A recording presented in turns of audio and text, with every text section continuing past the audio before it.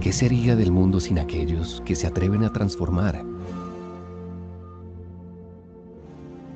Sin quienes arriesgan todo. Sin quienes se entregan. Sin los que se cuestionan. Ven el futuro e innovan. Esta es la historia de quienes lo han cambiado todo. De los que se esfuerzan por dar lo mejor de sí mismos. Ayudar con sus talentos, con su inspiración. ¿Qué sería de nosotros sin quienes lo hacen realidad? Definitivamente no estaríamos contando esto. Hoy descubrirás a aquellos que transforman la realidad.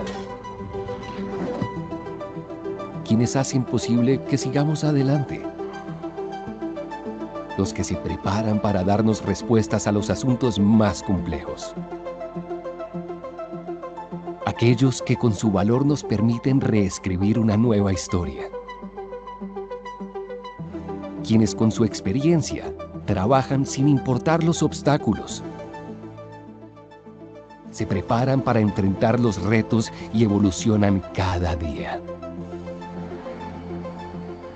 La historia de quienes aprenden, avanzan, conocen, descubren y rompen barreras. Descubre Anar Health Technologies, una compañía líder en tecnologías avanzadas en el sector salud, industria e investigación. Con la misión de innovar y proveer soluciones integrales hechas a la medida, creadas para dejar huella. Respaldados por la experiencia, conocimiento y el soporte que brindan proveedores aliados y marcas a nivel mundial. Con una cobertura que permite llevar sin límites a cualquier lugar la tecnología y un servicio personalizado de un amplio portafolio 360, garantizando que la operación no se detenga. Detectando nuevas oportunidades, se enfocan en una cultura centrada en la evolución de sus clientes. optimizan la eficiencia en la operación y transforman sus ideas en nuevas soluciones.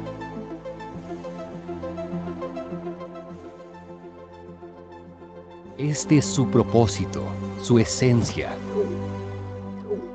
su compromiso con el futuro y con la ciencia. Esto es ANAR Health Technologies, innovación que transforma.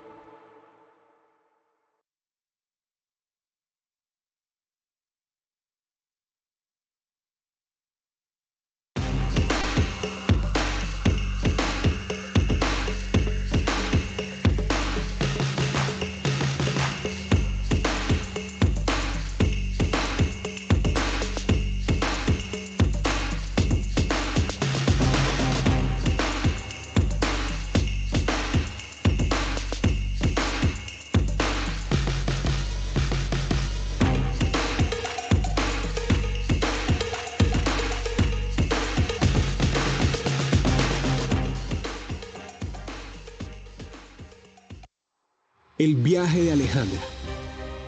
Alejandra es arquitecta, vive en Medellín, ha trabajado duro por varias semanas y necesita un descanso. Decide hacer un viaje de turismo de aventura a Necoclí, Antioquia. Necoclí es un paraíso terrenal ubicado a casi 400 kilómetros de Medellín. Allí frecuenta ventas callejeras de comida y se desplaza a la zona rural del municipio. Se expone a picaduras de mosquitos y se sumerge en las aguas de un río. Pero algo no salió bien. Retornó a Medellín y una semana después presentó fiebre. Alejandra no entiende qué sucede. Consultó a urgencias con un cuadro de 4 días de fiebre, malestar general, cefalea, mialgias y diarrea. Estaba deshidratada y tenía un tinte ictérico leve en sus escleras. Con trombocitopenia y PCR elevada, transaminasas elevadas e hiperbilirrubinemia a expensas de la bilirrubina directa. Los médicos realizaron antígeno NS1 para dengue y gota gruesa, y extendido de sangre periférica para hemoparásitos que fueron negativos. Una prueba rápida de IgM e IgG para leptospira también fue negativa. El equipo tratante estaba desconcertado. Solicitaron entonces un panel de fiebre tropical a partir de una muestra de sangre total. El panel fue positivo para leptospira. El equipo tratante inició manejo con penicilina cristalina. Alejandra se recuperó exitosamente y volverá a Necoclí. Es un paraíso. No hay motivos para tener miedo a viajar por Colombia. No es fácil diagnosticar una leptospirosis en una fase temprana de la infección mediante inmunodiagnóstico. La RT-PCR múltiple proporciona una alternativa sensible y precisa para este diagnóstico retador.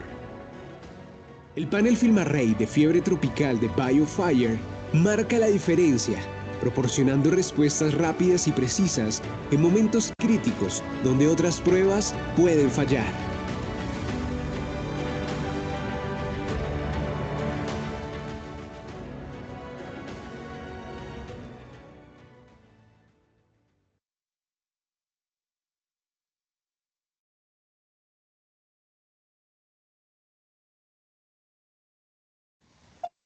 Doctor Oñate.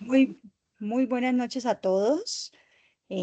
Como siempre, muchísimas gracias por su asistencia, por estar súper activos en estas actividades realizadas por la ASIN en su programa de PROA. Hoy tengo el gusto de acompañar al doctor José Oñate. Tocó hacer algunos cambios en la logística, pero hoy tengo el placer de poder estar con él en esta actividad de PROA en pacientes inmunosuprimidos y en la unidad de cuidados intensivos, agradeciendo de antemano la participación activa de la parte logística, Sonia y Jamie, por su participación, y obviamente a todos nuestros patrocinadores, GSK, VIP, MCD, Biomeliu, ANAR y Pfizer. José, qué bueno otra vez estar compartiendo espacios contigo. Hola Jenny, ¿cómo estás? Buenas noches para ti, para todos nuestros amigos de ASIN. para Sony, para Jamie. Y bueno, igualmente es un placer compartir contigo e ir navegando juntos en este tema del día a día, ¿no? De la actualidad, donde siempre hay dudas y de qué hacer y qué es lo que debemos tener en cuenta en esta población muy especial de personas inmunocomprometidas y pacientes de UCI. ¿Te parece que empecemos? Sí, claro que sí, como siempre, con las preguntas. Vamos a ir calentando un poquito, obviamente, lo de los conflictos de intereses. Ojalá tuviéramos conflictos de intereses en esta charla. Así es. Y va la primera pregunta. ¿Creen ustedes que es posible realizar PROA en las unidades de cuidados intensivos?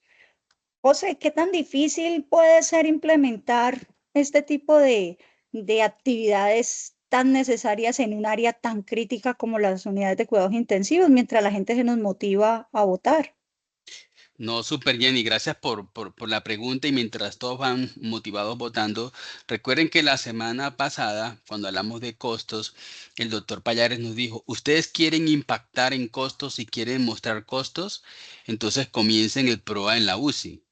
Entonces, el PROA en la UCI es posible, claro que sí, tiene un impacto a corto plazo, lo podemos medir, pero requiere comunicación, requiere interacción y requiere, a mi modo de ver, individualizar la terapia en cada uno de los pacientes, ¿no? Eso es lo que pienso yo del PROA en la unidad de cuidado intensivo. Y fíjate que los que están votando, todos dijeron que sí es posible realizar el PROA en la UCI. Yo creo que estuvieron muy atentos a esa conferencia con el doctor Payares. Y bueno, y hablando entonces un poquito de poblaciones específicas, ¿será que sí es posible en pacientes neutropénicos y o trasplantados, obviamente, poder generar estas actividades de PROA? José, tú que tienes experiencia con estos pacientes, ¿qué tan fácil podría ser? Fíjate que aquí es un poquito más difícil realizarlo en comparación con cromiaco intensivo. Nosotros sabemos que en algunos sitios hay dificultades con la comunicación entre los diferentes grupos tratantes, pero es clave siempre llevar este mensaje. Vamos a individualizar la terapia. Podemos hacer prueba en pacientes neutropénicos y trasplantados. Mira, nadie se está animando. Parece que estuvieran pensando en que yo les voy a soplar. Entonces, Bueno, bueno, ahí se actualizó los 8. sí. Tenemos 41 personas conectadas. ¿Será que se motivan más personas a participar, José? Sí, no, esperemos que todos los que están puedan, recuerden, en el chat de Teams está para que puedan votar. Si no les queda, pueden escanear el código QR que pueden ver a la izquierda de sus pantallas. Entonces te contaba que nosotros hemos tenido experiencia en pacientes neutropénicos, en pacientes trasplantados, y cada día siento que hay un mayor concienciación de todos en este impacto que tienen los antimicrobianos en la flora intestinal, en lo que estamos viviendo de mutantes multidrogos resistentes con pocas opciones terapéuticas disponibles. Y creo que eso ha ayudado un poco a empujar este nuevo movimiento de poder hacer PROA en todos los pacientes, pediátricos, neonatales, cuidados intensivos, neutropénicos y trasplantados. Entonces, vamos a revisar algunos aspectos en conjunto con Jenny que hemos considerado del día a día, de situaciones que pasan en el día a día. Por ejemplo, Jenny, mira, esta es una mujer de 45 años. Ella tuvo un síndrome de Sjögren, un hipotiroidismo, una espondiloartropatía inflamatoria y alergia a las sulfas.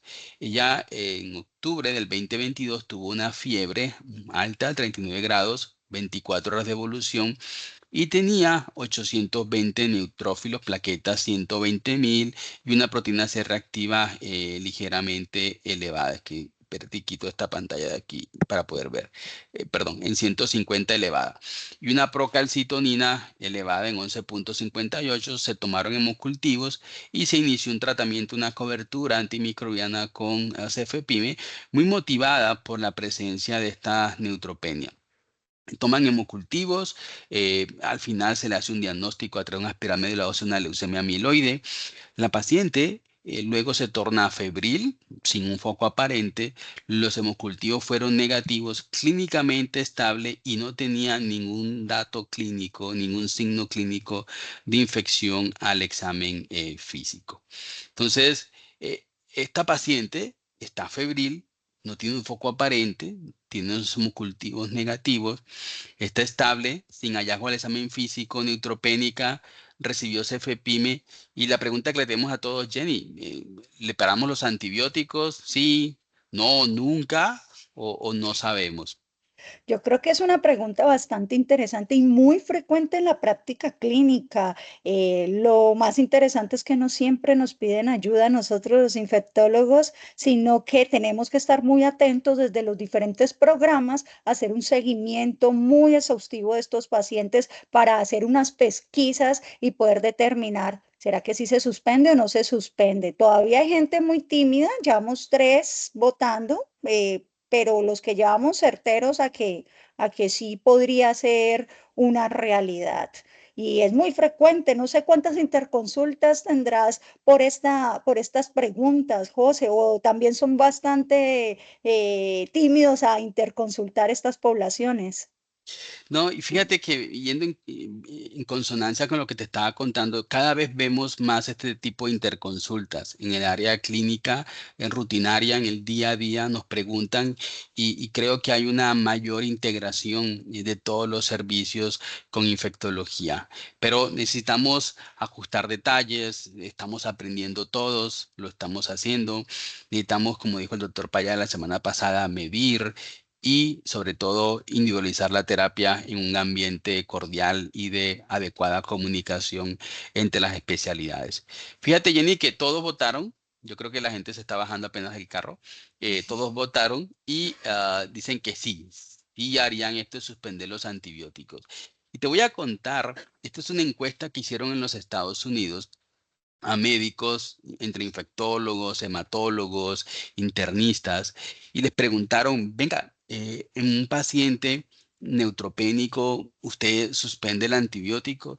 Y mira las respuestas. Si el paciente está estable con una fiebre neutropénica, sin un foco fuente de infección, con cultivos negativos, clínicamente mejor y ya sin fiebre, fíjate que el 45% de los colegas contestaron que dan los antibióticos hasta que se recuperen los neutrófilos. Muy interesante y este es un trabajo del año 2024. Y, por ejemplo, preguntaron, si tiene fiebre neutropénica e identificamos neumonía, clínicamente hay mejoría, ya no tiene fiebre, ¿usted le da los antibióticos hasta cuándo? Y mira que el 47% dice, no, le doy antibiótico hasta que se resuelva la neumonía. Si tiene bacteremia, interesante, Jenny. El 25% le da antibióticos hasta que se recuperen los neutrófilos. Si tiene fiebre y está con antibióticos, pero está estable, no hay una fuente de infección, todos los cultivos son negativos. Nota que, y yo creo que estos son casos muy retadores, la más de la mitad todavía dan antibióticos hasta que recuperen los neutrófilos. Entonces, si nosotros repasamos la historia, vemos que todavía siento que existen preguntas e inquietudes. ¿Es realidad seguro suspender los antibióticos aun cuando el paciente tenga fiebre, los cultivos son negativos, clínicamente estable y no ha recuperado los neutrófilos? Yo creo que esa es una pregunta del día a día en donde comparto que existan temores, ¿verdad? Que existan inquietudes, pero para eso estamos, para poderlo manejar al paciente de una forma integral. Y te cuento este caso interesante porque a nosotros nos llamaron y nosotros le decidimos que la paciente estaba estable, con cultivos negativos, sin datos de examen físico, suspender el cefepime, así como contestaron la gran mayoría. Pero el servicio de hematología, que era el tratante, decidió continuar el cefepime. Como tiene un diagnóstico, una leucemia, dio dexametasona, citarabina, hidarubicina, posaconazol y trimetoprim. Y recuerden que la paciente tenía alergia a las sulfas. Entonces, aquí sí es interesante porque aquí también hay un par de interacciones medicamentosas entre el posaconazol con estos medicamentos para la leucemia que se duda mucho que se puedan utilizar de una manera conjunta. Entonces nos vamos quedando en que hay dos visiones con respecto a la utilización de los antibióticos, en suspenderlo o continuarlo en este contexto. Y aquí podemos agregar más datos, así como los médicos en los Estados Unidos, de cuál es la justificación del uso de los antibióticos. Desconozco el impacto del microbioma, el ego que no nos abandona, ¿verdad? Porque pensamos que los estudios comparativos con antibióticos de un tiempo corto no tienen evidencia, porque no sabían mucho de que la crisis en salud pública y la amenaza que hay con la resistencia bacteriana, en algunos lugares no hay guías y si las hay no las siguen, no hay disponibilidad de cultivos, biología molecular, entonces el diagnóstico queda como en el aire. Hay un temor y miedo a las implicaciones legales y otro es por tradición, así como este concepto de dar antibióticos hasta que los neutrófilos recuperen. Y fíjate, Jenny, que en este punto, abarcando como la primera parte de la presentación, si bien es cierto, esto es pediatría, cuando hay neutropenia y fiebre, yo creo que estos son como las cuatro situaciones que nos enfrentamos. El paciente mejora clínicamente, los cultivos son negativos, no hay fiebre, y el plan, ¿cuál sería? Suspender los antibióticos. Lo otro es que los cultivos sean positivos, están sin fiebre, hay mejoría clínica, y el plan, ¿cuál es? Continuar el manejo antibiótico con un cultivo positivo. Pero aquí en rojito pueden apreciar en donde necesitamos esa integración. Yo creo que estos dos aspectos, Jenny, si te parece y compartes conmigo, las discusiones se pueden seguir dando, pero creo que no vamos a discutir que si un hemocultivo es positivo para un E. coli, no le vamos a dar tratamiento a la E. coli. Pero cuando el cultivo es negativo y el paciente sigue con fiebre y no mejora clínicamente, o cuando los cultivos son positivos y sigue con fiebre y no hay mejoría clínica, es cuando no sabemos qué hacer, si continuamos antibióticos, cambiamos antibióticos, hospitalizamos al paciente, lo revaloramos y demás. Y este estudio en pediatría mostró que en 179 episodios de neutropenia febril, cuando utilizaron este algoritmo, en realidad hubo un 94% de éxito en cuanto a la conducta médica. Y algo interesante es que solamente el 5% de los pacientes tuvieron un reingreso hospitalario y la mayoría no fueron asociados a un episodio infeccioso. Bueno, interesante, José, y pues creo que el mensaje hasta ahora es individualización y comunicación entre los médicos tratantes. Bueno, 10 días después, José, tu paciente hipotensa, taquicárdica, de leucos cero. Y pues el Cenfepime en ese momento, como hiciste mucho énfasis, no se suspendió por indicación del servicio tratante, toman cultivos y la pregunta del millón es, teniendo en cuenta que estuvo con Cefepime, ¿cuál sería el mejor esquema antimicrobiano para este paciente de manera empírica mientras sale teniendo en cuenta ese compromiso sistémico tan importante que está presentando nuestro paciente con cero posibilidades de defenderse con esos leucocitos en el piso? Bueno, empezó a moverse esto. Vamos a ver qué Sí, está como esperemos que, interesante. sí, esperemos que las personas voten.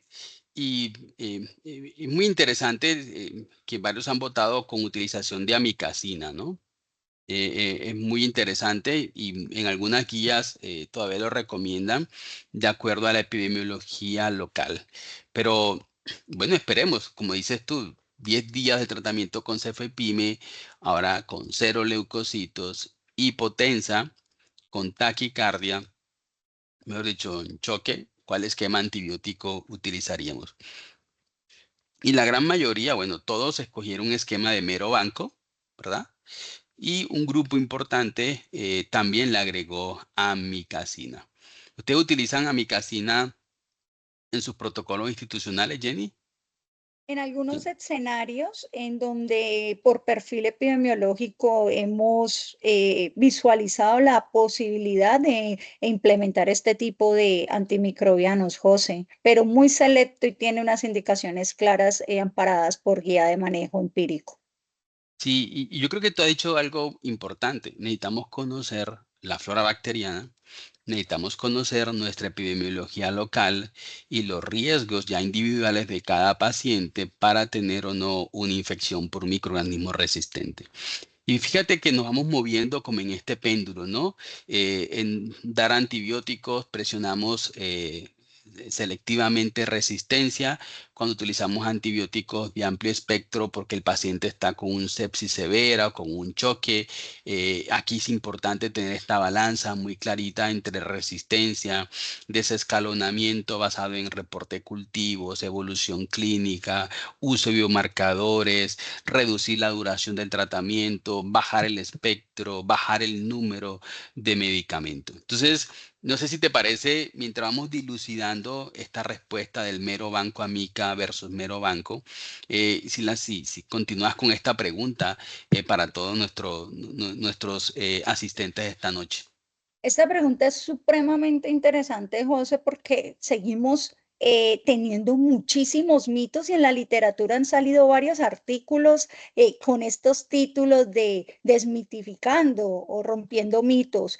Mito o realidad, ¿los pacientes inmunosuprimidos hacen sepsis sin síntomas? Eso Sí, es una pregunta difícil, José. sí, claro, porque nos dicen, no sé si te ha pasado que te dicen, doctora, es que el paciente yo lo veo malito. Sí, Pero malito es. Entonces no sabes, malito, sí. exacto, entonces te dicen, no, es que como tiene esto, entonces no hace fiebre, tampoco hace taquicardia, no hace polimnea, no hacen hipotensión. Entonces, siempre hay, evidentemente, una mayor sensibilidad clínica en un paciente inmunocomprometido a poder realizar una detección temprana de la sepsis.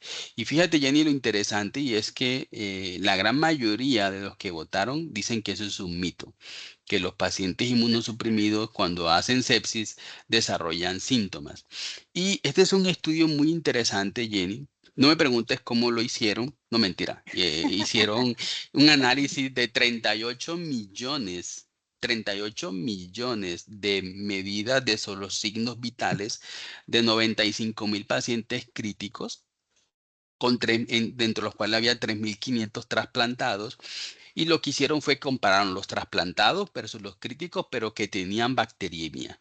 Y esas 38 millones de datos, de horas de evolución de los pacientes, analizaron si había diferencia en cuanto a la sintomatología entre los inmunocomprometidos trasplantados y los pacientes no inmunocomprometidos.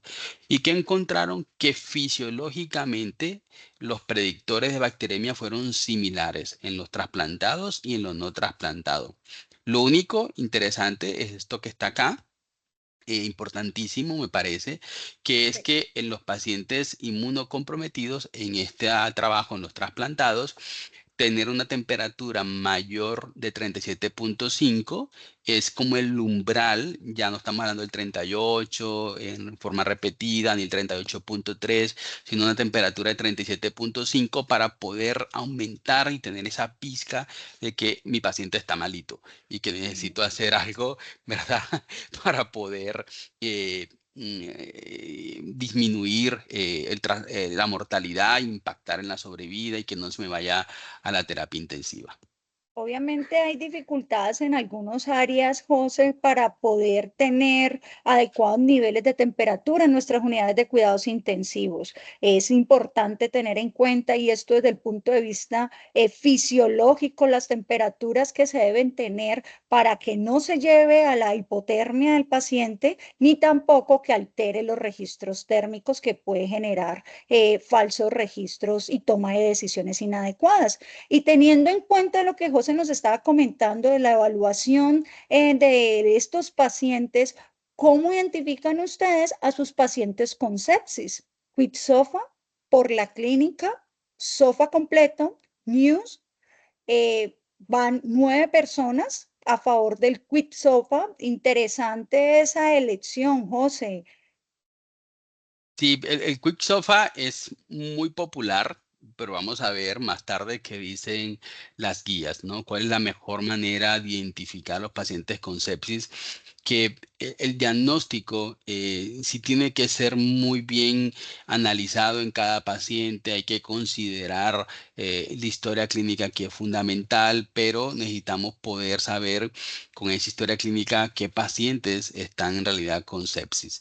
Y no sé, necesitamos que alguien se nos anime más a votar para la siguiente pregunta. Y mira, Jenny, que cuando hablamos de predicción de mortalidad en UCI en pacientes ambulatorios hospitalizados, el Quick SOFA, tener más de dos signos que son confusión mental, taquipnea, y de hecho taquipnea es un predictor clave en sepsis, la presión sistólica por abajo de 100. Fíjate que tener dos de estos tres, el riesgo de muerte durante los primeros 28 días es del 10%. Y aquí están los trabajos y las referencias bibliográficas que apoyan esto. El CIRS estuvo también muy de moda, y cuando se comparan todos estos, el CIRS en rojito, en azul el QuickSOFA, fíjate los diferentes valores de sensibilidad, especificidad, valor predictivo positivo, valor predictivo negativo, en donde el CIRS, más de 3 puntos del CIRS, es más sensible, ¿verdad? Pero fíjate la especificidad del CIRS, ¿no? Entonces podemos tener aquí muchos falsos positivos con el CIRS. Y en la predicción de la mortalidad, cuando se comparan todas estas escalas de CIRS, que está en color negrito, el QuickSOFA está en color rojo, el NEWS mayor a 5 en color azul y el NEWS modificado en color verde. Fíjate cómo en cuanto a sensibilidad, especificidad, valor predictivo positivo, que por cierto es muy pobre de estos 4 scores, como pueden apreciar aquí, de todas maneras le va mejor al Quick SOFA en estos casos. Y las guías recomiendan de la campaña de la sepsis implementar el Quick SOFA como un método para ayuda y poder determinar el impacto de la sepsis y ayudarte con respecto a la sepsis como tal cuando hagas el diagnóstico. Eso sí, hacer énfasis de que no despreciemos un buen examen físico y una buena toma de signos vitales. Muchas veces no le damos ese valor a la parte respiratoria. Miramos superficial y decimos, sí, está bien, pero mira que es muy sutil, 22, que está ahí como en un rango interesante. Y bueno, ya habíamos hablado, pues tenemos nuestro paciente evolucionando de una manera no adecuada, persiste pues con su estado de hipotensión, con taquicardia, cero leucos, ya cefepime, como mencionamos anteriormente, no está, tenemos hemocultivos y ya miren cómo nos cambian un poquito las opciones de manejo para el paciente y mira, siguen muy arraigados con la tripleta meropenem-amica vancomicina. Y yo creo que aquí hay varios aspectos importantes: la hipotensión, la presencia de cero leucocitos, la hospitalización prolongada y el uso de antibiótico en el paciente para poder tomar decisiones. Aquí hasta el momento no le hemos dicho la epidemiología local, pero es una invitación para que todos tengamos nuestro perfil epidemiológico en cada uno de los hospitales, construyamos guías de manejo. En este caso, se indicó el esquema convencional clásico de mero más vancomicina. Se tomaron unos reactantes de fase aguda, en este caso la procalcitonina, que para esta paciente fue de 0,22. Recordemos que estaba hipotensa y taquicardia, pero en esta oportunidad agregamos un síntoma importante que es la presencia de diarrea. Basado en eso y teniendo en cuenta la procalcitonina, ¿esta tendría utilidad en los neutropénicos? De 9 personas que están votando, 100% dicen que sí, José. Wow, interesante, porque fíjate que las campañas de la sepsis lo que te dicen es que el uso de la procalcitonina no tiene soporte o evidencia para hacerte el diagnóstico de sepsis. Es decir, una procalcitonina negativa o positiva, nosotros no la utilizamos para hacer el diagnóstico. ¿Te sirve para poder descontinuar el tratamiento antibiótico cuando haces una medición seriada de esta procalcitonina, pero como herramienta diagnóstica no, y en pacientes neutropénicos y en pacientes inmunocomprometidos no hay estudios que puedan bueno, que hayan validado la utilización de la procalcitonina en el diagnóstico de la sepsis en pacientes neutropénicos. No sé, ustedes, nosotros no lo usamos. Esa es la realidad. No sé si ustedes lo usan o cuál es tu opinión, Jenny, el uso de la procalcitonina en pacientes neutropénicos. Nosotros tampoco, incluso también habría que sumar otras condiciones que nuestros pacientes en condiciones de inmunosupresión con todos estos medicamentos de quimioterapia incluso generan lesiones renales que también dificultan la interpretación de estos exámenes. Entonces nosotros no lo usamos para diagnóstico, sin embargo, a veces lo tenemos de base para poder orientar en algunos casos la suspensión de la terapia, porque si no tenemos una procalcitonina de base, pues no vamos a poder comparar la evolución de, sin embargo, en neutropénicos y en pacientes oncológicos lo usamos con mucha cautela, la verdad, José, no es una herramienta que usamos todo el tiempo. Dale, Bueno, esa súper. pregunta es súper interesante, José, y está de moda. Eh, ¿En su hospital o clínica tienen código de sepsis? José, ¿en el tuyo hay código de sepsis? Sí, nosotros tenemos código de sepsis, hemos hecho mucho trabajo, arduo trabajo en código de sepsis, en la implementación del mismo, en educación, pedagogía, pero a pesar de todo lo que hemos hecho, la curva se aplanó. Es decir, hay un cumplimiento cercano al 70% del código de sepsis con todo lo que implica el código de sepsis. Hemos logrado vencer algunas barreras administrativas propias de nuestro sistema de salud, pero seguimos teniendo dificultades en código de sepsis y en algo que hemos observado es en la temprana identificación o reconocimiento de la sepsis. Y estamos trabajando en una serie de ayudas que espero que el próximo año se las pueda compartir, que es lo que estamos haciendo desde el punto de vista del sistema y tal, para poder identificar tempranamente los pacientes con sepsis en toda la clínica y poder implementar el código de una manera rápida.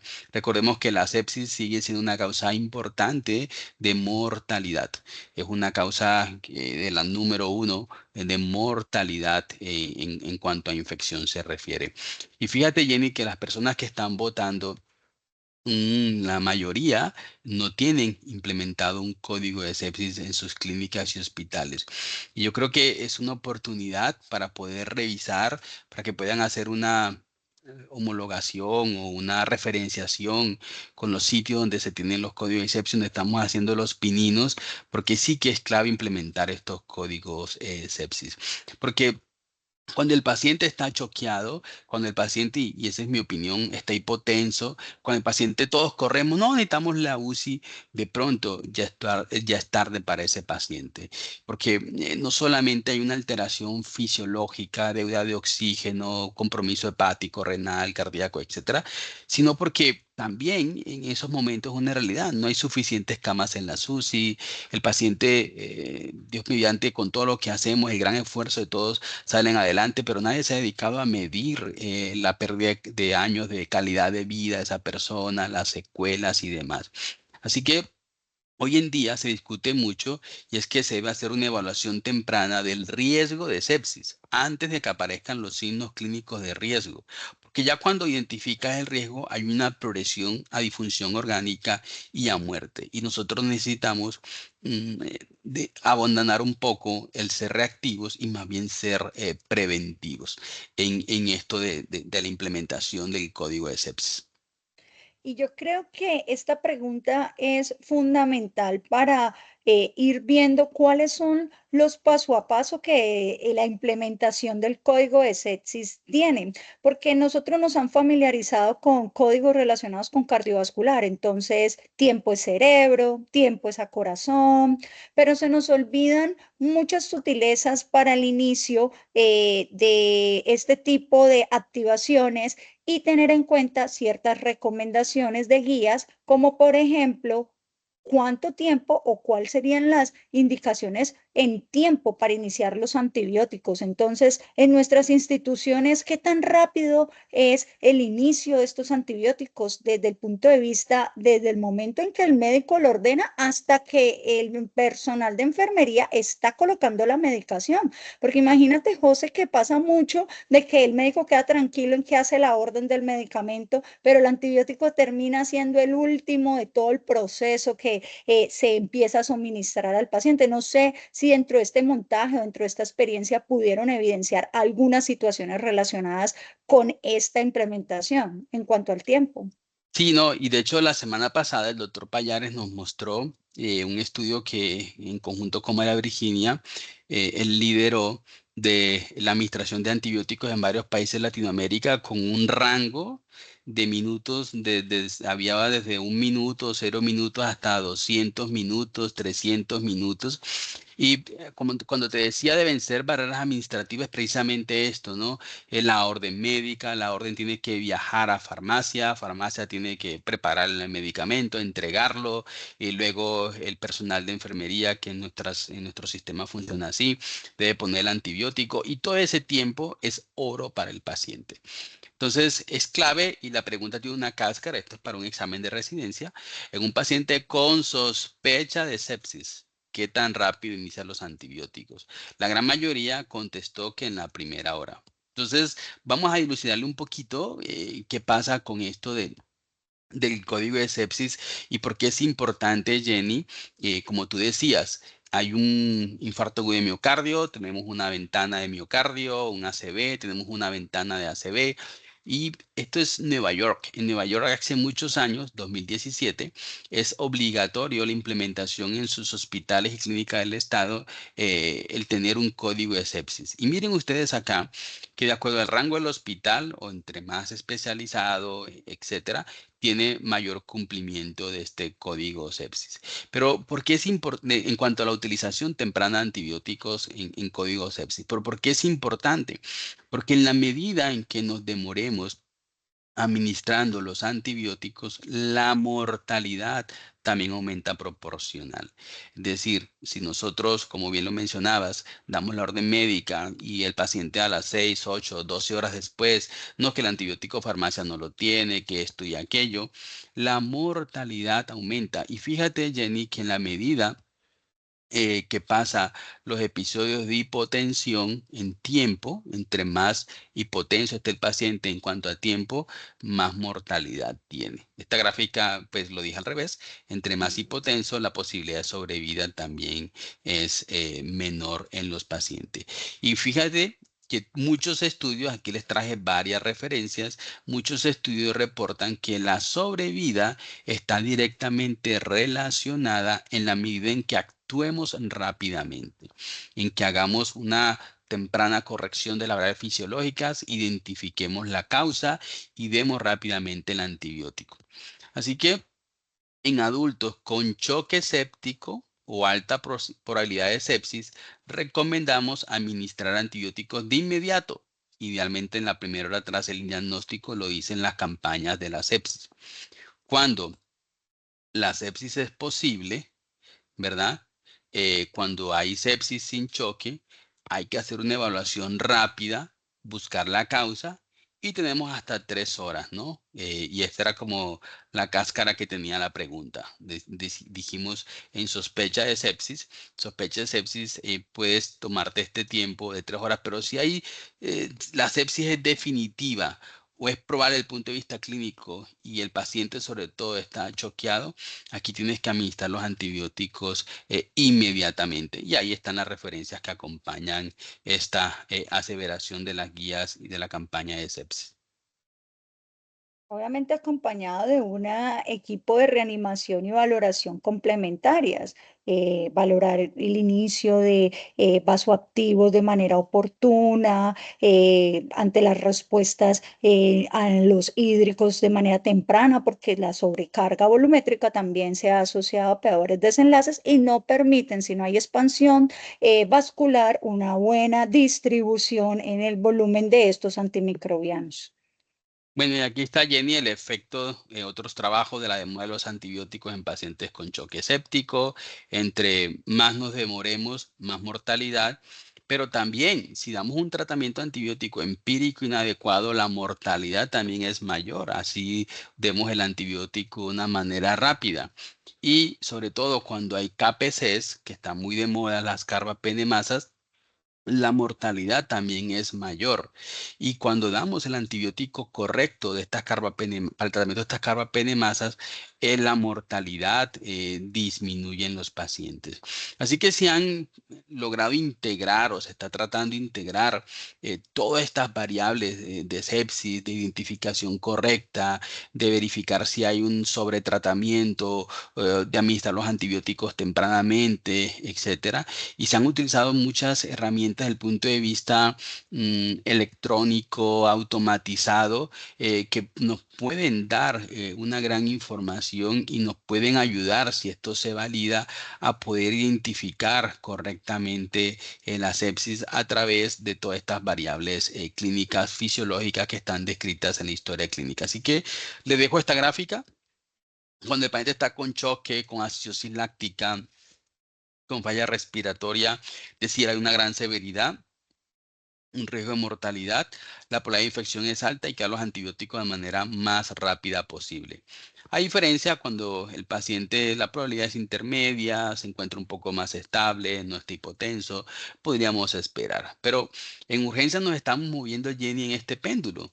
Es decir, el médico está acá y le estamos diciendo que esto es antimicrobial stewardship, usa apropiado los antibióticos y un exceso de terapia inapropiada es perjudicial para la microbiota y para la selección de resistencia y no te cambia la mortalidad. Y tenemos que centrarnos aquí. Tiempo apropiado y terapia adecuada. Pero también si retardamos la terapia apropiada, no vamos a tener impacto en la morbimortalidad de esos pacientes. Entonces, es importante hacernos esta pregunta. Si nosotros realizamos en nuestros pacientes rastreos rectales para identificación de resistencia a los carbapenémicos, eh, en nuestros hospitales, ¿qué tan frecuente es? O sea, ¿estamos realizando estas medidas? ¿Aún hay barreras administrativas, costos adicionales que no se han podido negociar con alta gerencia? ¿O es más fácil en las instituciones poder implementar estos protocolos de rastreo? Y fíjate que la mayoría me sorprende, no tienen implementado los cultivos de rastreo para identificación de carbapenemasas. Nosotros cada vez estamos utilizando más estos cultivos de rastreo para buscar colonizados, pacientes que vienen de otras instituciones, pacientes inmunocomprometidos, pacientes neutropénicos, pacientes trasplantados, pacientes que van para cirugía cardiovascular. Bueno, ya hay varias indicaciones de utilizar estos cultivos de rastreo. ¿Y por qué es importante?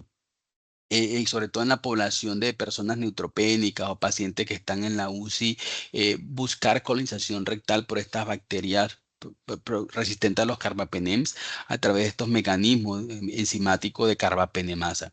Y aquí les traigo varios estudios. Este es observacional. Este fue el primer estudio donde muestran que hacer búsqueda activa de colonización de carbapenemasa lo que te dice, sí, mi paciente está colonizado. Entonces implemento las medidas epidemiológicas para poder disminuir la transmisión horizontal a otros pacientes. Entonces identifico a las personas que están colonizadas. Pero una vez ese paciente me hace un cuadro febril, una vez mi paciente está neutropénico, está hipotenso, fíjate, Jenny, que en los estudios la posibilidad de que tengas una bacteriemia por esa, valga la redundancia, ese microorganismo que es resistente a los carbapenem es muy alta. Algunos hablan de más del 20%, otros en estos trabajos hablan aproximadamente el 40%. Y dijimos que la mortalidad no cambia si damos un antibiótico rápido pero inadecuado. Al paciente que contamos, todos dijimos meropenem más vancomicina. Bueno, vamos a ver si ese paciente, qué pasó y si ese era un tratamiento efectivo o no. Sí les quiero contar que para el año 2022 no teníamos todavía implementado, por lo que comenta la doctora Jenny, la utilización rutinaria de estos rastreos, en parte por el momento epidemiológico y también por las barreras administrativas. Nota Jenny, este es un metaanálisis reciente y una revisión sistemática donde si están colonizados por estas bacterias resistentes, la mortalidad es mayor. Y segundo, la probabilidad de bacteriemia definitivamente es mayor por ese microorganismo.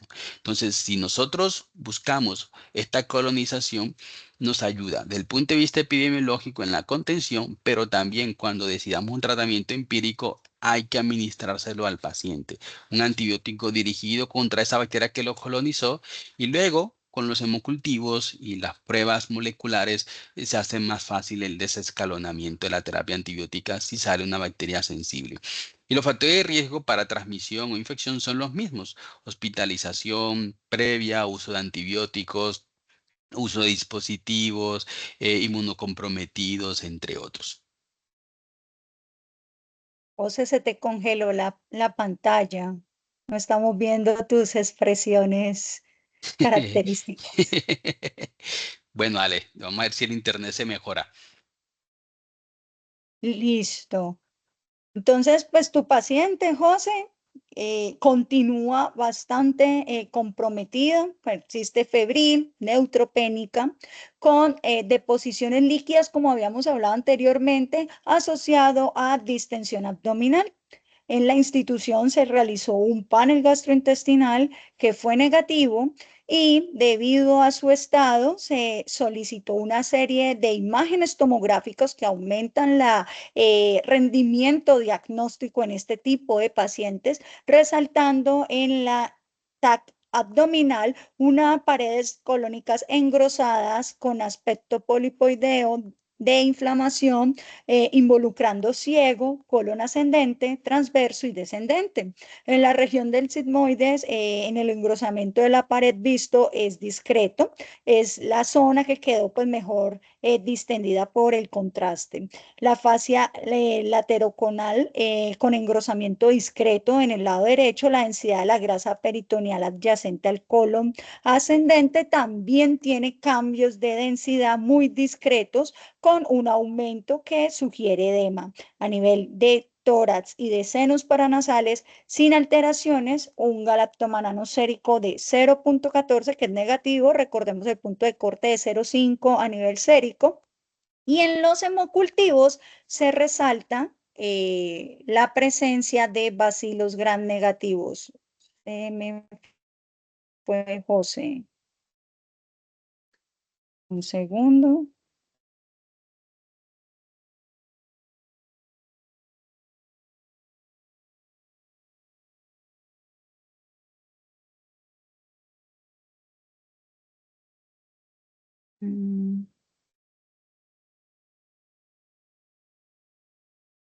Se habrá caído el internet de José, así que vamos a ajustar la presentación mientras José se nos conecta.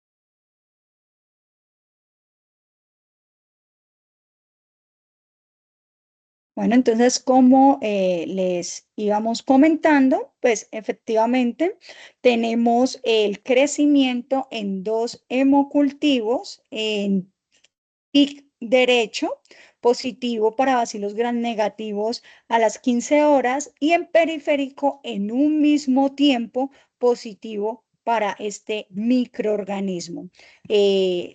Sin embargo, pues ya tenemos claro en este momento que el paciente está cursando con un fenómeno bacterémico posiblemente debido a toda esa alteración de la pared colónica que lleva a traslocación bacteriana y posiblemente el agente que se encuentra a nivel sanguíneo es debido a esa alteración y pérdida de las barreras a nivel de las mucosas colónicas.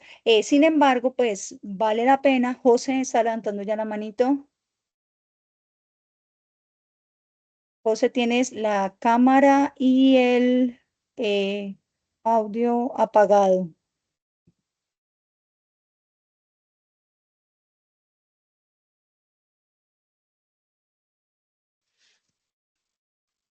Ahora sí creo que ya volví, ¿cierto? Sí!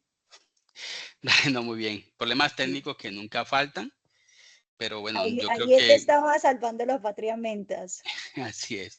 Entonces, como bien mencionaba, no sé si quién tiene la presentación, Yo si la Sonia estaba la puede. presentando. ¿Lo La estás vuelvo a presentando? Ah, bueno, colocar. súper. Porfa, Ahí sí. está.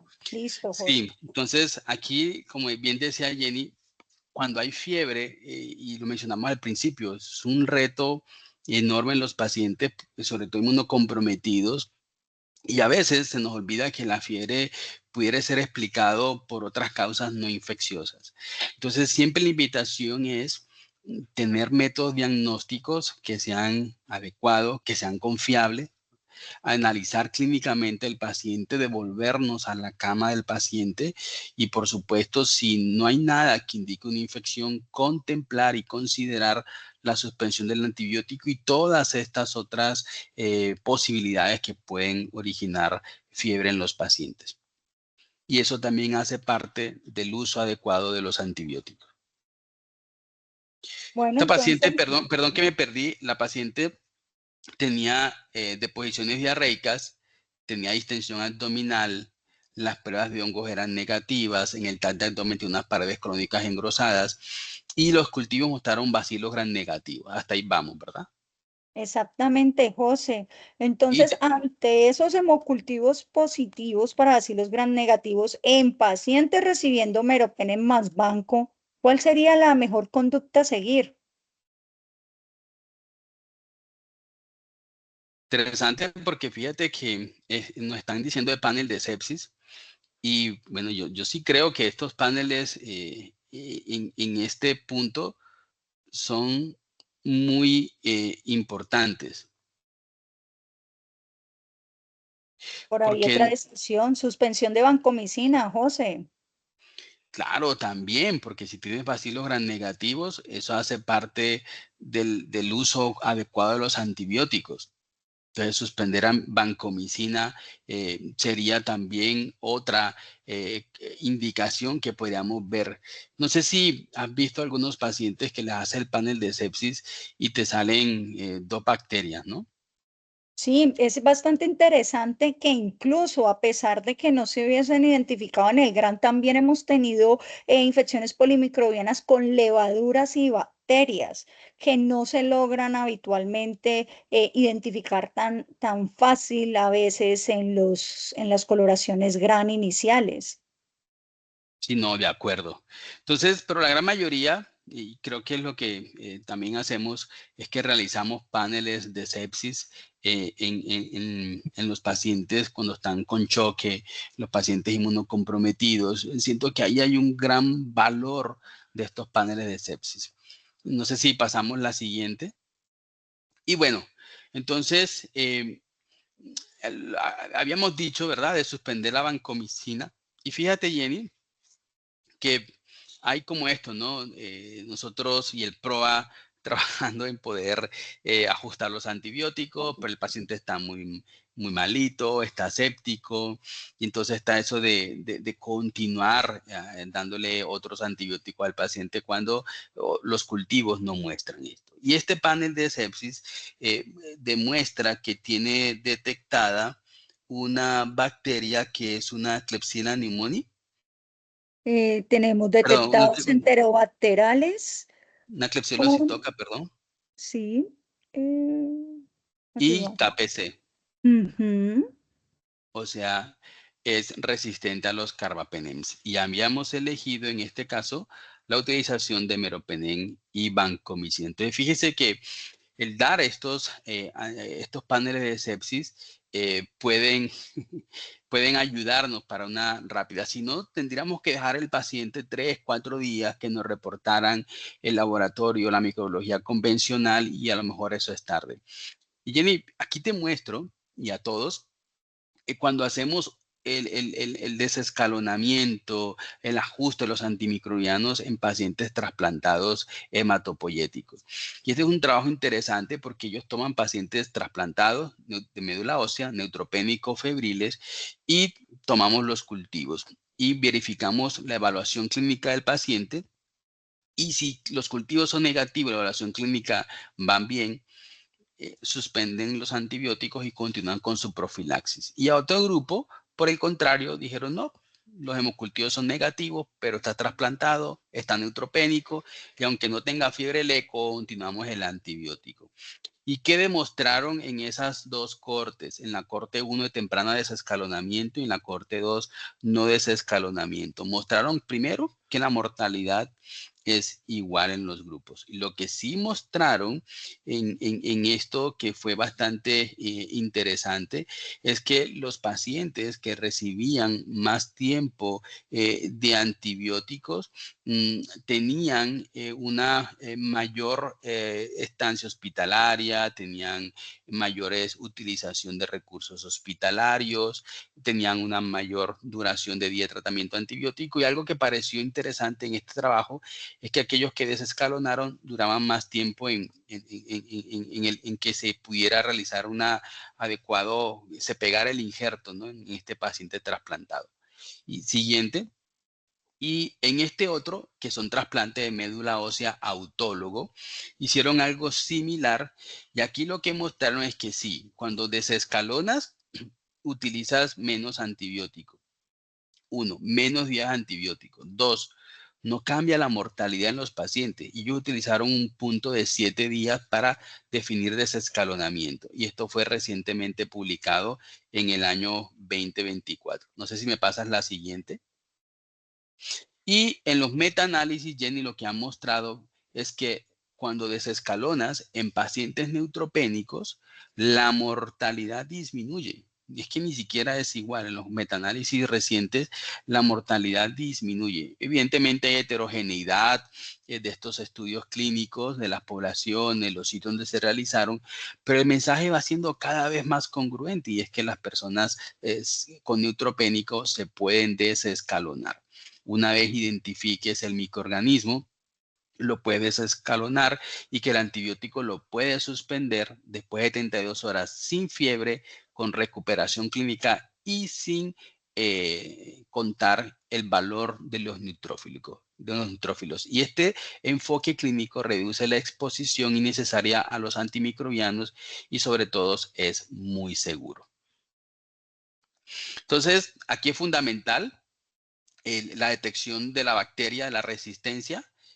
Recordemos, antibiótico rápido, en choque en la primera hora, pero antibiótico correcto, la dosis correcta, y para esto estos paneles nos ayudan. Siguiente, por favor. Y los paneles de sepsis han mostrado que te ayudan a optimizar los antibióticos, beneficio de la sobrevida, a la mejor utilización de recursos hospitalarios, y por lo cual es clave, y ojalá esta herramienta la pudiéramos tener en todos los hospitales y clínicas que manejamos personas inmunocomprometidas, pacientes con sepsis y demás. Yo sé que es una apuesta muy grande, de pronto con unos objetivos también, con unas expectativas muy altas, pero el objetivo es claro, es poder disminuir e impactar la mortalidad.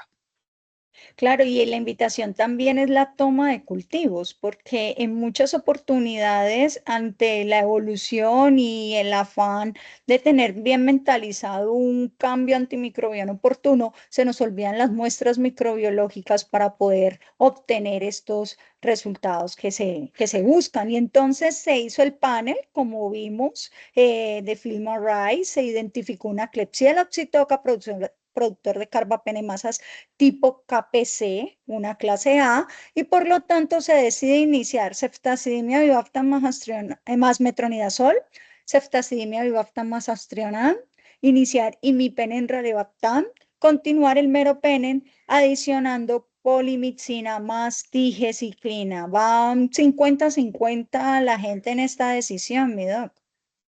Sí, no, vamos a ver cómo si alguien nos desempata. Teníamos faltan todavía 5 personas que son los que están votando activamente si se pueden unir. Por aquí la doctora Claudia Chica dice que la 2, es decir, Ceftriaxone más Aztreonam. Bueno, recordemos que tenemos una KPC, ¿no? Una tipo serin carbapenemasa. No es una metaloenzima. Y eso yo creo que es uno de los mensajes claves acá con esta diapositiva y con esta pregunta. Entonces, como Ok. estamos hablando... Y Sí, también Jenny. el espectro de la ceftazidime también es otro dato importante a tener en cuenta en cuanto a qué otros microorganismos estaríamos interviniendo o no con el uso de esta. Sí, claro, porque recuerden que tenía diarrea, un panel gastrointestinal negativo y la paciente tenía un diagnóstico, una colitis neutropénica. Entonces, y nota algo clave y es que personas votaron también imipenem relebactam, que esto, lo que tú decías del espectro, ¿no? Ceftriaxone contra gram negativos, no tiene actividad contra los anaerobios, eso es algo interesante para contar. Ceftriaxone más Aztreonam, por lo que dijimos, no es una metaloenzima. Y te quedan faltando los anaerobios si consideras que colitis neutropénica existen allí anaerobios haciendo translocación bacteriana. Y el imipenem relebactam pues también te cubre, ¿no? Estas KPC, las tipo serin, y además de esto tiene actividad contra anaerobio y podías utilizarlo como monoterapia. Bueno, Entonces, algo interesante rápido, como un repaso de lo que hemos visto hasta ahorita. Ninguna prueba detecta el 100% de las carbapenemasas. Existen a veces problemas en los mecanismos de resistencia antimicrobiano porque no detectan el nivel de expresión de la enzima ni predicen con total certeza el resultado del antibiograma. Y las pruebas para la detección de las carbapenemasas no predicen con exactitud la sensibilidad a los nuevos inhibidores de carbapenemasa. Por lo tanto, siempre se recomienda tamizarlos de una manera individual cuando se tenga el aislamiento microbiano. Ya vimos que hay unas PAC por ahí dando vueltas, que son ujú. hipermutantes cromosómicas HAM-C, que son resistentes a la Ceftriaxone. Siguiente, y no me sirve la cámara. Eh, Entonces, nos perdimos tu sonrisa, José. ahorita me salgo otra vez y vuelvo. Entonces, cuando en la siguiente pregunta me salgo y vuelvo a intentarlo. Hay una implementación, en esta implementación de pruebas rápidas para la detección de mecanismos de resistencia antimicrobiana de relevancia clínica. Y estas pruebas permiten un ajuste temprano de la terapia antibiótica desde una faceta empírica hace una terapia dirigida y al mismo tiempo nos ayuda a poder tener todas estas medidas de control de infecciones en tiempo real. Bueno, estas son las principales barreras para usar estos métodos de detección rápida. Básicamente hay problemas en educación, socialización. Miren que a pesar de que era KPC, nosotros votamos que le damos a Aztreonam, entonces eso hablamos de la correcta interpretación. No tenemos los suficientes recursos, no tenemos tampoco la implementación en todas las clínicas y hospitales. Y entonces allí yo los invito a que construyan su perfil epidemiológico, a que rastreen los pacientes, a que tengan si están colonizados o no, y con esto definan un tratamiento empírico de acuerdo a la densidad que tengan de estas bacterias multidrogoresistentes. Mientras con la parte administrativa le enseñan este video, le enseñan estas gráficas, esta evidencia en donde nos dicen que estas pruebas son costo efectivas y que nos ayudan a un ajuste de los antibióticos en tiempo real y a la instauración de medidas para poder disminuir la presencia de un brote intrahospitalario, aislamiento y demás. Bueno, entonces aprovechamos el espacio para que Sí, José pueda volver a acomodar la cámara y vamos nosotros acá revisando el paciente hipotenso y con un germen identificado. ¿Es prudente el desescalonamiento? Uy, esto se puso 50-50 de entrada. Ya empieza a adoptar un poquito más la gente. Es una pregunta que es bastante interesante y bastante frecuente, porque muchas veces cuando vamos a nuestras unidades de cuidados intensivos hay una frase que creo que muchos de ustedes han escuchado y es equipo ganador no se cambia, ¿cierto? Entonces tratar de luchar contra algunos mitos, como hemos venido hablando en el transcurso de la charla, dificulta a veces tomar estas decisiones y vamos viendo cómo se mueve a medida de que los participantes se motivan a votar en que sí, sí puede ser posible el desescalonamiento a pesar del estado de choque, ya teniendo claridad de cuál es el microorganismo identificado. Vamos a ver, siempre han votado como 11, nos faltan dos para darle un poquitito de tiempo a José para que reingrese a la actividad o esas dos personitas están todavía un poquito confundidas de no sabe, no responde. Bueno, si no, no se motivaron a votar. Esperemos un minuto. Eso ya, uy, sí, esas dos personitas se motivaron más a votar. Tenemos 11 personas que han votado y tenemos un 83%. Ya regresó José, ella está levantando la manito. José, somos todo tuyos.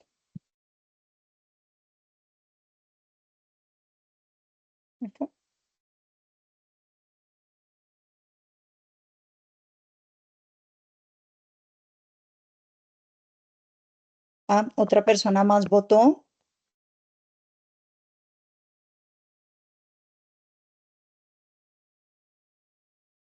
José, estás con el micrófono silenciado.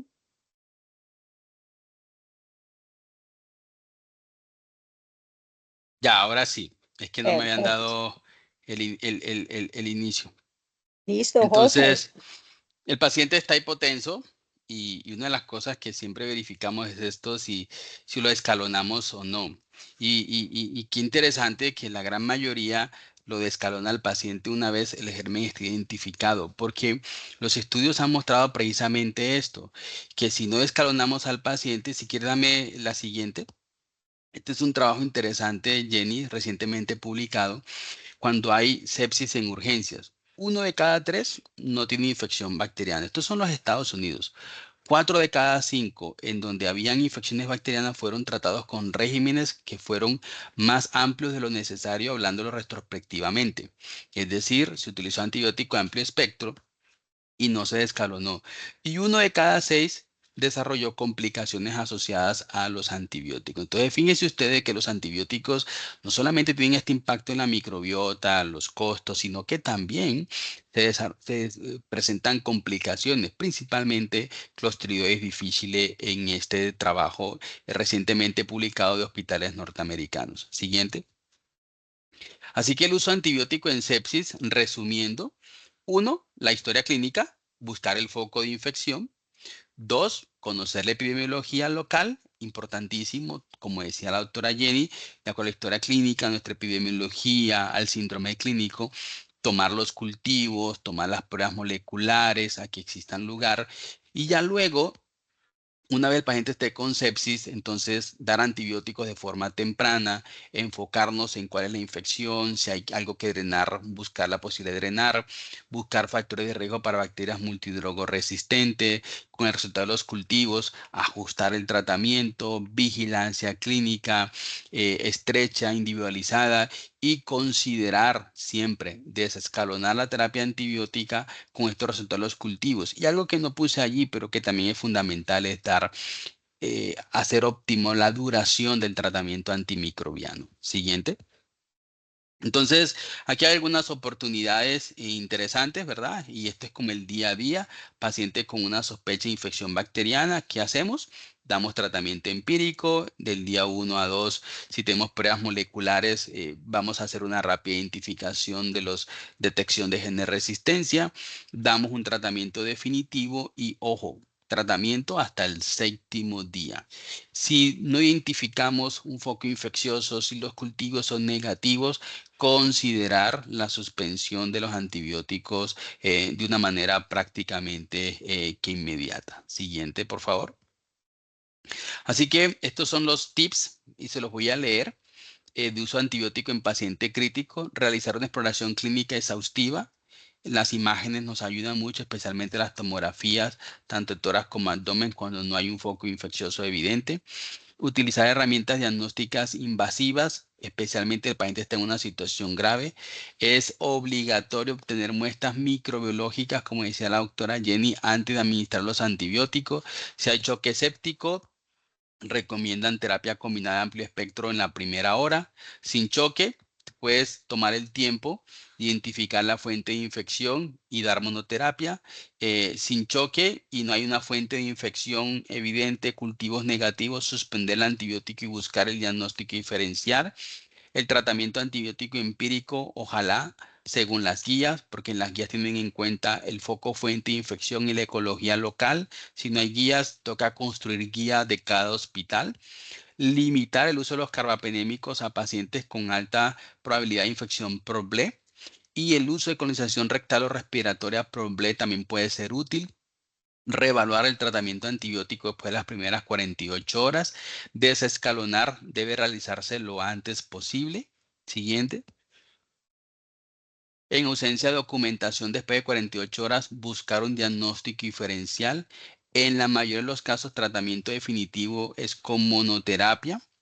Utilizar infusión prolongada de betalactámicos después de la dosis de carga inicial en un paciente grave en estado de choque, donde exista la posibilidad de medir niveles de antibióticos como la vancomicina, principalmente, que es lo que tenemos disponible en nuestro medio, se puede realizar para mirar el rango del uso de la vancomicina. En otros lugares utilizan la monitoría de los betalactámicos. De los niveles betalactámicos nosotros no los tenemos en nuestro país. Utilizar tratamiento corto para 7 días en la gran mayoría de las infecciones, y la procalcitonina es útil para ayudar a acortar la duración, no para hacer el diagnóstico de infección. Esos son algunos tips que habría que tener en cuenta. Entonces, ahora sí, mi paciente está, bueno, ya leí, está séptica. ¿Cuántos días de tratamiento le damos? Y sí, pues recordar, ¿no? Posible colitis neutropénica, bacterémica, germen multidrogoresistente. Ya iniciamos una terapia dirigida teniendo en cuenta el cultivo. Entonces, la siguiente interconsulta que nos hacen es, bueno, ya cambiamos antibióticos, ya orientamos terapia. ¿Cuánto tiempo de terapia debería ser el óptimo en este paciente? Entonces hacemos 7, 14, 21 y hasta la resolución de la neutropenia. Me siento como haciendo tu encuesta inicial, José, de cómo manejar nuestros pacientes. Sí, y básicamente esta pregunta la hicimos con Jenny para, porque los médicos en los Estados Unidos, con ese artículo que le mostré, fíjense que en muchos casos damos antibióticos hasta la resolución de la neutropenia. Y en nuestro país pasa en el día a día y tenemos ese mito de la resolución de la neutropenia. Y me parece valioso esta respuesta, que la gran mayoría considera 7 días de tratamiento antibiótico.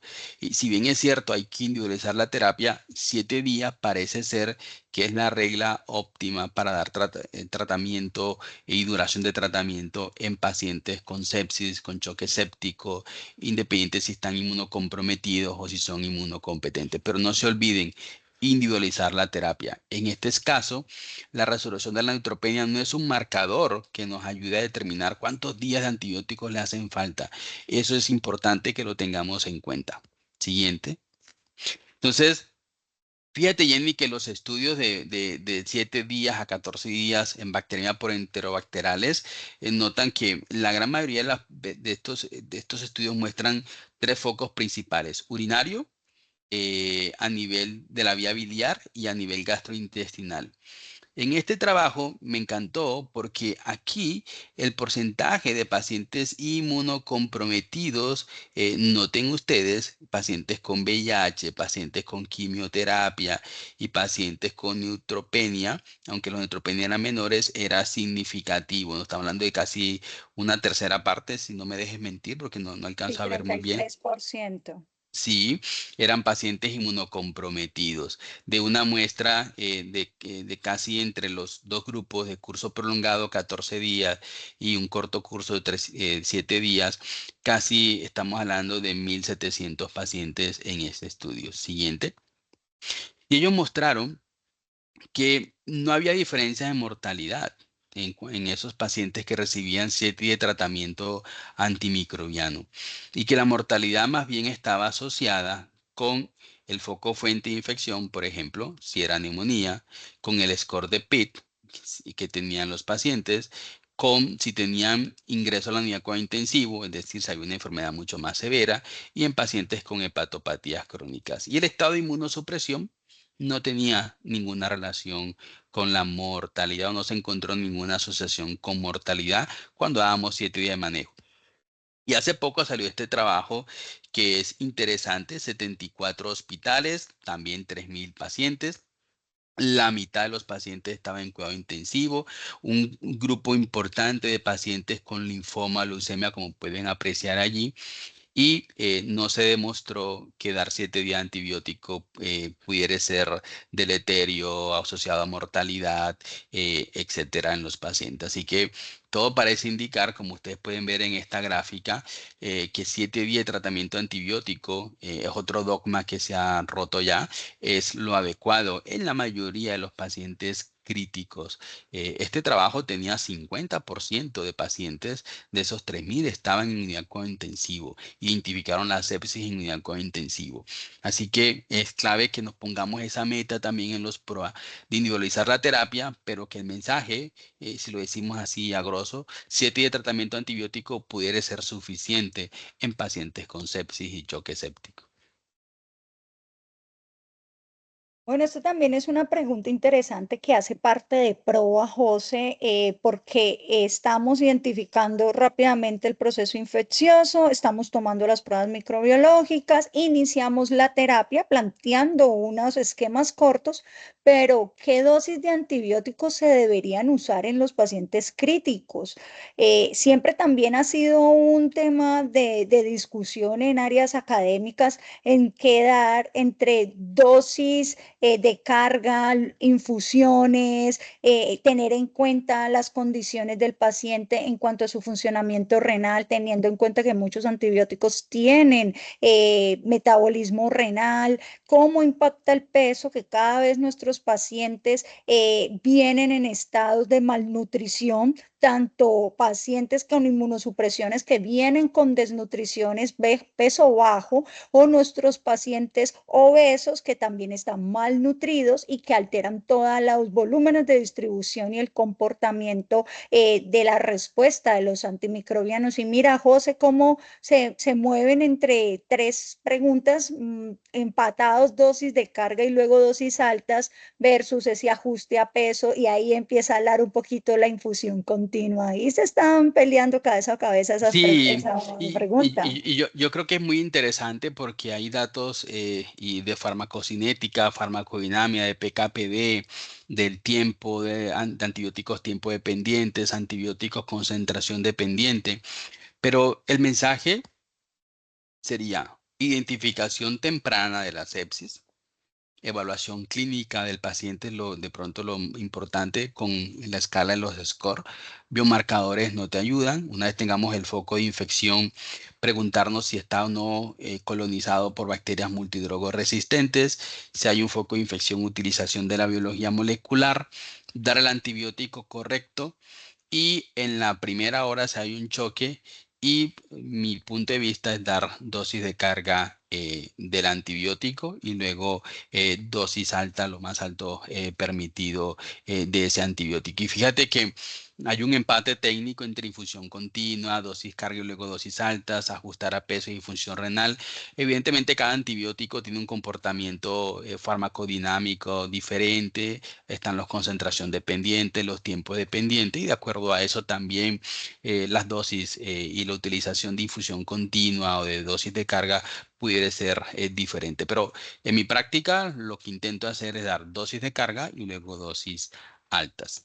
José, una cosa que también es muy importante, que uno como clínico reconozca cuáles son los antibióticos que se están utilizando en sus instituciones, porque no todos los antibióticos tienen la capacidad de hacerse en infusión continua y no en infusión de 24 horas, sino verificar incluso cuáles de ellos pueden dar infusiones de 3 a 4 horas debido a su disponibilidad posterior a la preparación. Entonces, sí es importante que nosotros como clínicos nos importen este tipo de situaciones, conozcamos los productos que están utilizando nuestras instituciones para aprovechar al máximo los beneficios que cada una de estas estrategias terapéuticas tiene para los pacientes, porque muchas veces estos medicamentos se cristalizan y pierden la efectividad si se dejan en infusiones de 24 horas y pues uno dice, ¿por qué nos falla el paciente? Y muchas veces este es un punto a tener en cuenta, también involucrando a nuestros químicos farmacéuticos en todo este proceso de la lucha contra la sepsis.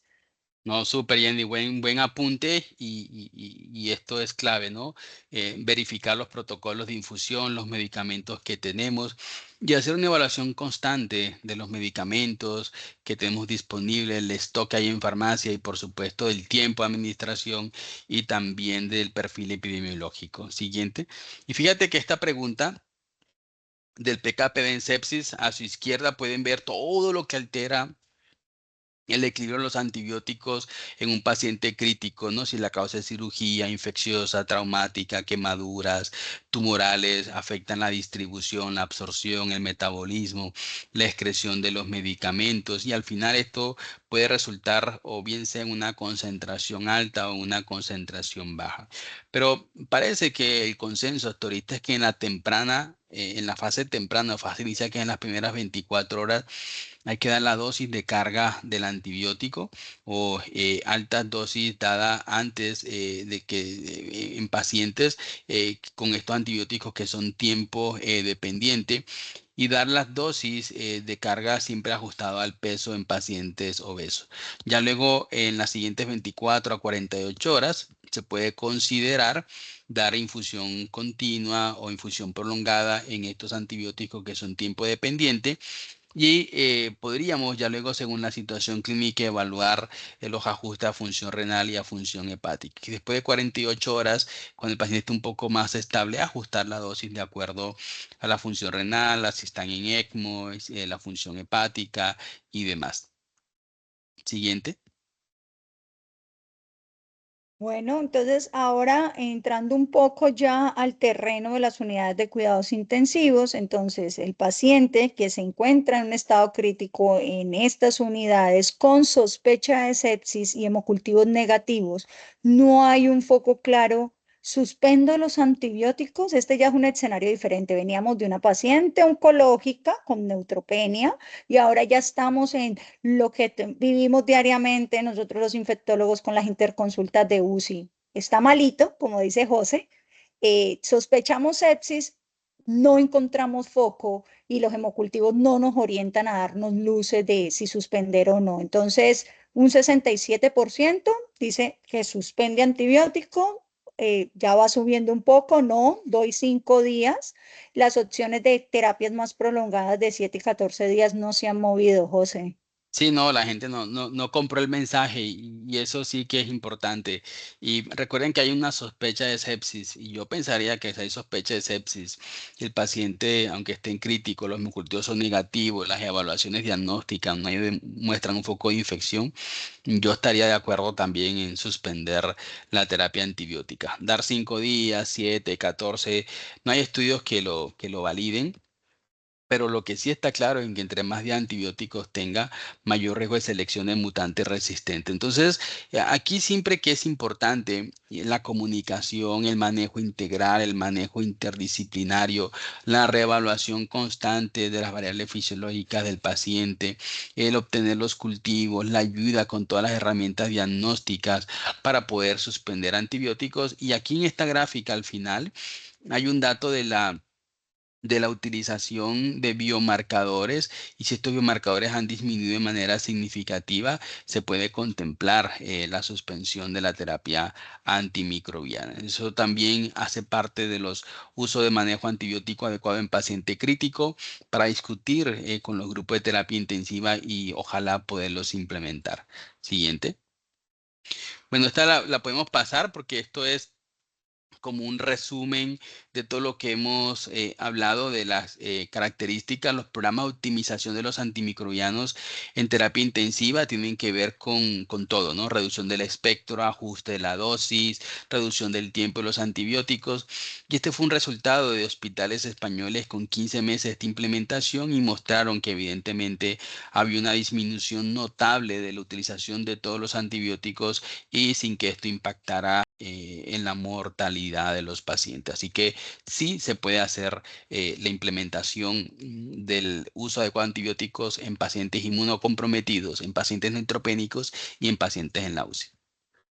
Bueno, José, tu paciente nos vuelve a dar otra vez un motivo de valoración, teniendo ya una estancia hospitalaria de 47 días, presenta nuevamente registros febriles acompañados de neutropenia, haciendo una evaluación de la exposición antimicrobiana durante toda su estancia, pues podemos ver que pasó por varios antimicrobianos, el cefepime que no se suspendió por parte de hematoncología, el meropenem con vancomicina que se inició de manera empírica, espera los resultados, que con la prueba molecular positiva para KPC de clases A, se dejó tratamiento con ceftazidimia avibactam con metronidazol, y en ese momento también se consideró pauta con caspofungina, teniendo en cuenta pues que Sí, veníamos con esas profilaxis, ¿no, José? De posaconazol y el trimetropina a pesar de las alergias. exacto. Y fíjate, Jenny, un dato clave y es que aquí los antibióticos duraron más de 7 días, ¿no? Con identificación del foco, identificación clínica y es uno de los hallazgos que de manera retrospectiva intentamos recalcar y como les dije, no es una receta para todos los pacientes, no todos tienen el mismo comportamiento, pero sí intentar que los estudios recientes, evidencias recientes, datos recientes demuestran que 7 días puede ser más que suficiente en este grupo de pacientes. Siguiente.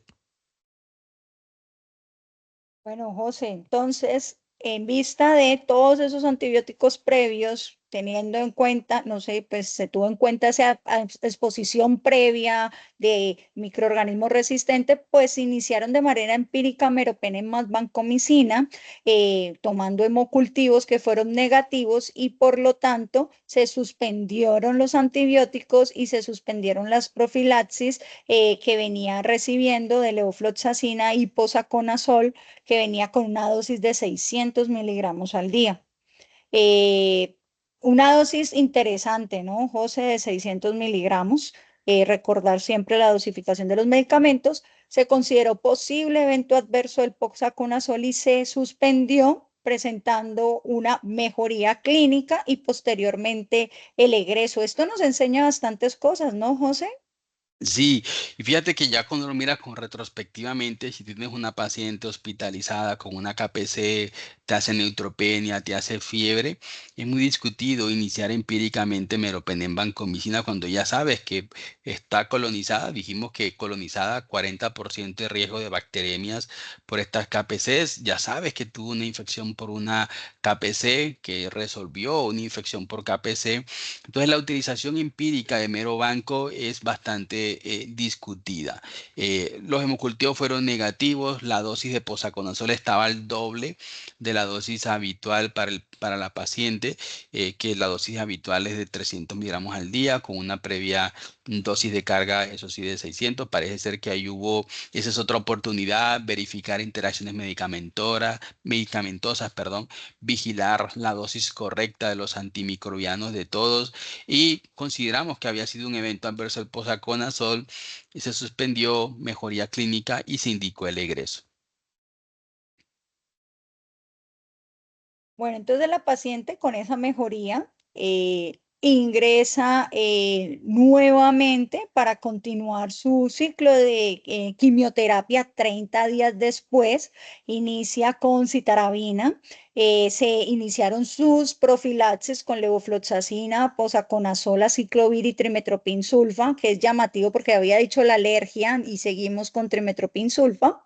Y pues empieza a presentar fiebre, realizan procalcitonina, hemocultivos e inician de manera empírica meropenem, indicado pues por su servicio tratante de hematología, presentando adicional diarrea, dolor abdominal asociado de distensión, por lo que adicionan metronidazol, solicitan panel gastrointestinal que es negativo y llaman a infectología. José, ahí la suspensión de antibióticos por parte del servicio fue fundamental. Sí, no, bueno, la suspensión por fenómenos de tiempo, pero fue después que los cultivos fueron negativos, la paciente tuvo una mejoría clínica y a pesar de que ya había tenido fiebre, no estaba neutropénica, se decidió suspender el antibiótico de manera transitoria con una vigilancia clínica bastante estrecha. Algo interesante es que meropenem tiene actividad contra los anaerobios, metronidazol pues también. Entonces aquí hay un uso inadecuado de los manejos antibióticos y otra oportunidad de mejora si pensamos que hay flora anaeróbica y queremos cubrir, ¿no?, esta flora anaeróbica. En la paciente se suspendió el antibiótico, Jenny, pero 2 semanas después de esa quimioterapia, ella hace una neutropenia profunda, nuevamente fiebre, hematología reinicia meropenem e infectología, vamos a ver qué se le ocurrió a los colegas infectólogos de turno. Resulta que preguntando a la paciente, tenía fiebre, tos y una sensación de disnea. Y el esposo tuvo gripa y el panel, le pidió un panel respiratorio que fue negativo y era época del COVID, ¿no? Era 2022, era el COVID time. Entonces dijimos, de pronto es un COVID, quién sabe qué tendrá. Y le pedimos un panel respiratorio que fue negativo, pero como tenía síntomas respiratorios, pedimos un TAC de tórax. Y si quieres pasa a la siguiente. En ese TAC de tórax lo que encontramos fue estas cositas que están ahí señaladas, ¿verdad? Como unos nodulitos, eso que está allí, como con algo adentro negrito, que es lo que se llama el signo del halo creciente, otros nodulitos dispersos en varias partes del pulmón, inmunosuprimida, neutropénica, múltiples antibióticos, había recibido de manera intermitente el posaconazol. eh, bueno, estaba recibiendo, perdón, de manera intermitente posaconazol, le ajustamos la dosis y la paciente tenía un galactomanado negativo, tenía trombocitopenia, no tenía posibilidad de transfusión de plaquetas y con esos hallazgos y sospechábamos hongos. La pregunta es, ¿cuál de todos los hongos ustedes sospechan en este caso? Y esta es una pregunta, como dices tú, con un nivel de complejidad un poco alto, pues porque ¿qué pensar cuando ya veníamos con un antifúngico, con un espectro importante a nivel fúngico? ¿Qué nos hace pensar qué otros microorganismos podrían frente a este posaconazol estar presente? Y están muy tímidos los participantes con esta pregunta porque tenemos algunos hallazgos importantes, pero pues con ese posaconazol ahí creo que hay un poquito de ruido, ¿no, José? Sí, claro, y algo interesante mientras nos ayudan y van consultando el video que hicimos hace como 2 meses con la doctora Pilar, que hablamos de uso de antifúngicos y demás, y de las ayudas diagnósticas, herramientas diagnósticas. Recordemos que nosotros no hacemos medidas rutinarias en los niveles terapéuticos del posaconazol, así que es posible que la paciente tenga niveles bajos terapéuticos del POSA y que esto puede precipitar, ¿no?, las infecciones fúngicas. Y en los estudios han mostrado que cuando hay una micosis de brecha, en profilaxis composa, el Aspergillus es uno de los más comunes. Entonces teníamos esas imágenes de nódulo, de halo creciente, y nos preguntábamos si era Aspergillus, Mucor, Candida, Fusarium. Y bueno, la gran mayoría de los que estamos acá en esta reunión piensan que es Aspergillus. Siguiente. Y bueno, nosotros también teníamos dentro de esas consideraciones el Aspergillus, pero como necesitamos un antifúngico ahora sí adecuado y con todas estas sospechas, ¿ustedes cuál elegirían o Bueno, hay cuál tienen bastantes disponible?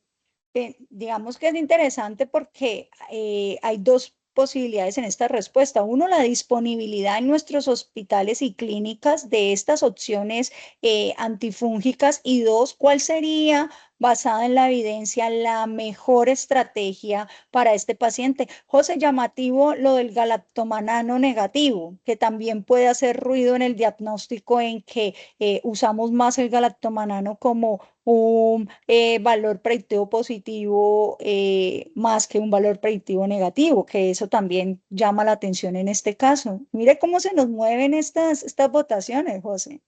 Sí, no, mira qué interesante. La gente está entre la duda de, recuerden que tenía profilaxis con posaconazol.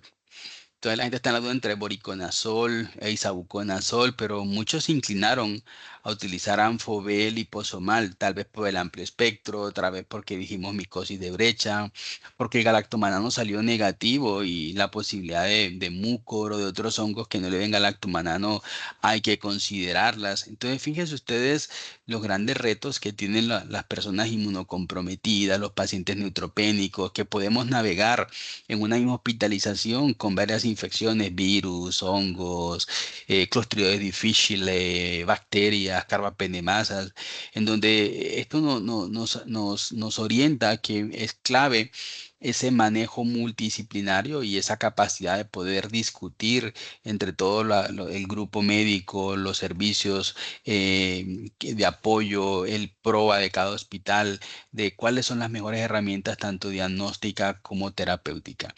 Entonces, fíjate, Jenny, que en la mitad, Anfobel y Posomal. No sé si pasamos la siguiente ya para ir finalizando. Esto es algo de lo que habíamos dicho esa ocasión. El paciente, sí teníamos esta posibilidad de una infección fúngica, había que hacer la evaluación diagnóstica, no habían plaquetas, era muy difícil hacerle una broncoscopia de manera inmediata. Y algunos criterios para utilizar o no ANFO versus ISA o voriconazol, ¿no? Ahí les dejamos como esta diapositiva de repaso, de tener en cuenta las interacciones medicamentosas, la función hepática y la función renal de los pacientes.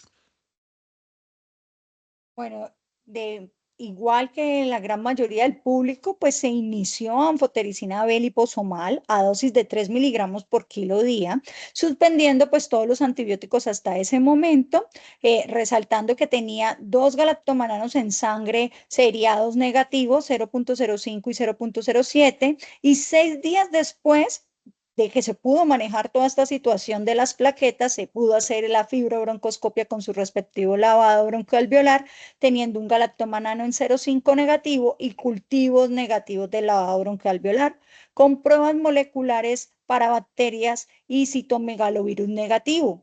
Basado todo esto, ¿cómo clasificaríamos este proceso en alta sospecha de infección fúngica? Aspergilosis probable, posible o probado.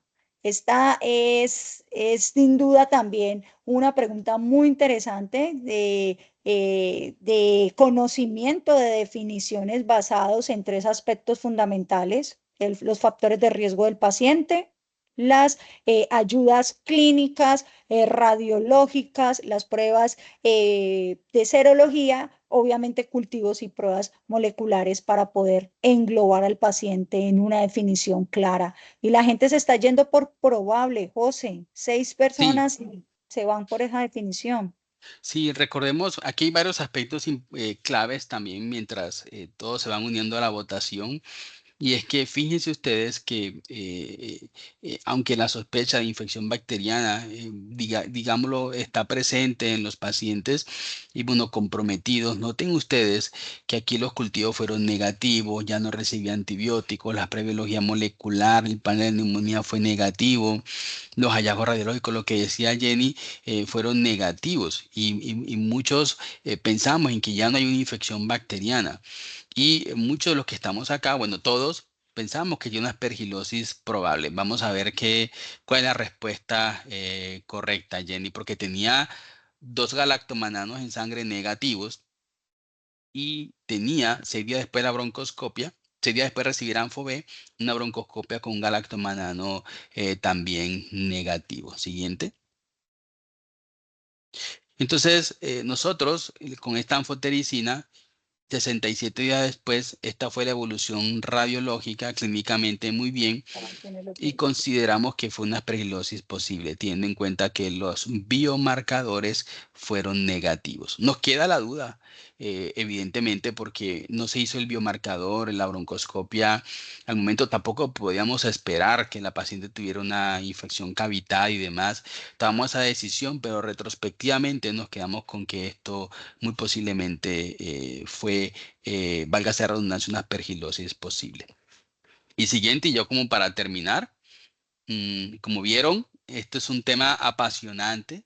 Los pacientes inmunocomprometidos, muchos retos para implementar métodos diagnósticos rápidos, tener un equipo multidisciplinario, pero siento que el mensaje clave es que sí podemos desescalonar, sí podemos implementar los PROA, que efectivamente se le puede hacer un juicio adecuado al uso de los antibióticos, que no se requiere resolver el estado de inmunocompromiso para poder suspender los antibióticos, que hay que tener en cuenta la historia clínica de los pacientes, devolverse a la cama, volver a preguntar qué siente, qué tiene mi paciente y comenzar a buscar pistas si puede o no puede tener un cuadro infeccioso. Y recordar que existen en el contexto de pacientes sépticos y pacientes inmunocomprometidos muchas otras condiciones de salud que pueden simular una infección, pero solamente haciendo este ejercicio racional multidisciplinario podemos descartar o corroborar la presencia de un evento infeccioso.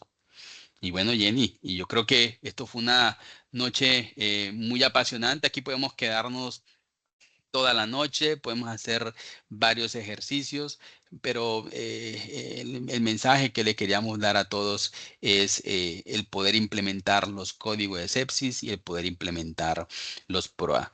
La siguiente, no se olviden que tenemos, no sé si me pasan la siguiente, para No, invitarlos a... Ay, verdad, que yo era el que tenía eso. no había más diapositivas, esa era la última, José. Y entonces voy a ver si yo la puedo aquí, no sé si la están, Proyectar. no sé si la están viendo. Ahora sí, José. Eso. Recordarles que la siguiente sesión es el día 12 de agosto de Proa y Farmacia. Jenny nos había hecho un abrebocas de el papel de los químicos. Esto nos lo va a contar muy bien el doctor Paya y la doctora María Virginia Villegas el 12 de agosto. Y la invitación a nuestro congreso que ya está cerquita, 24-27 de septiembre. Y la próxima semana vamos a rifar las entradas al Congreso de las personas que necesiten alguna ayuda adicional. No se olviden en contactarnos a tiempo. Y bueno, Jenny, muchas gracias por acompañarme esta noche, por todos los tips que también le regalaste a nuestra audiencia, por esta retroalimentación y por este gran trabajo que haces en el hospital con todo el grupo en poder tener una mejoría cada día de la calidad de la atención de todos nuestros pacientes. No, José, para mí un honor compartir espacios contigo en esta oportunidad, compartiendo un tema que es tan interesante. Excelente revisión.